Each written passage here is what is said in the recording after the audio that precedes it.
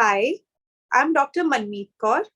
I'm a consultant neurophysician in Krishna Hospital and Research Center, Haldwani, Uttarakhand. Epilepsy day के उपलक्ष्य में आज हम एपिलेप्सी या मिर्गी के बारे में थोड़ी सी बात करेंगे।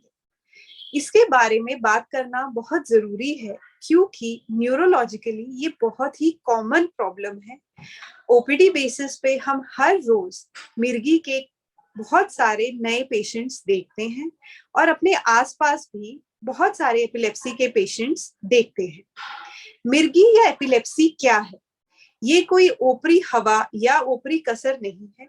ये एक न्यूरोलॉजिकल डिसऑर्डर है जिसमें जो हमारे ब्रेन के सेल्स होते हैं या न्यूरॉन्स होते हैं उनमें एक एक्सेसिव डिस्चार्ज होता है जिसकी वजह से मिर्गी के लक्षण पैदा होते हैं।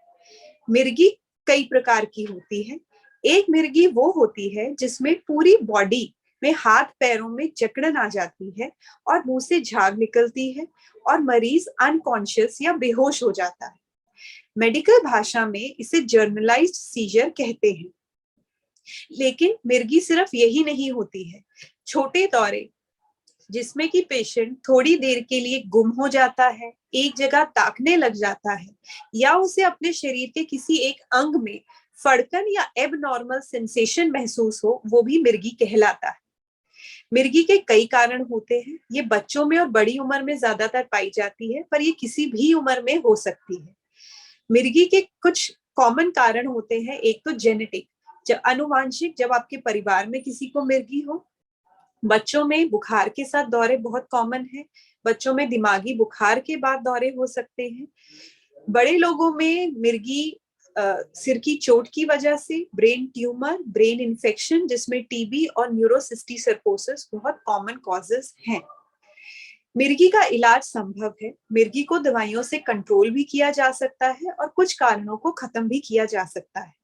मिर्गी के लिए दवाइयों के साथ अब सर्जिकल सुविधाएं भी उपलब्ध हैं, लेकिन वो पेशेंट टू पेशेंट डिपेंड करती है। हमें ये नहीं सोचना चाहिए कि मिर्गी का इलाज पॉसिबल नहीं है। समय कितना लगेगा ये पेशेंट टू पेशेंट वेरी करता है। 3 साल से 5 साल का मिनिमम ड्यूरेशन और कुछ लोगों को आजीवन भी मिर्गी की दवाई खानी पड़ सकती है। मिर्गी के कुछ खास प्रिकॉशंस होते हैं जो हम अपने पेशेंट्स को ओपीडी में बताते हैं। उनमें से मुख्य ये है कि अपनी दवाई को कभी भी मिस ना करें, समय पे अपनी दवाई लें, नशे से दूर रहें, भीड़ भड़के वाली जगह पे देर रात तक जागना वो कम करें, फोन या स्क्रीन टाइम रात के समय कम करें।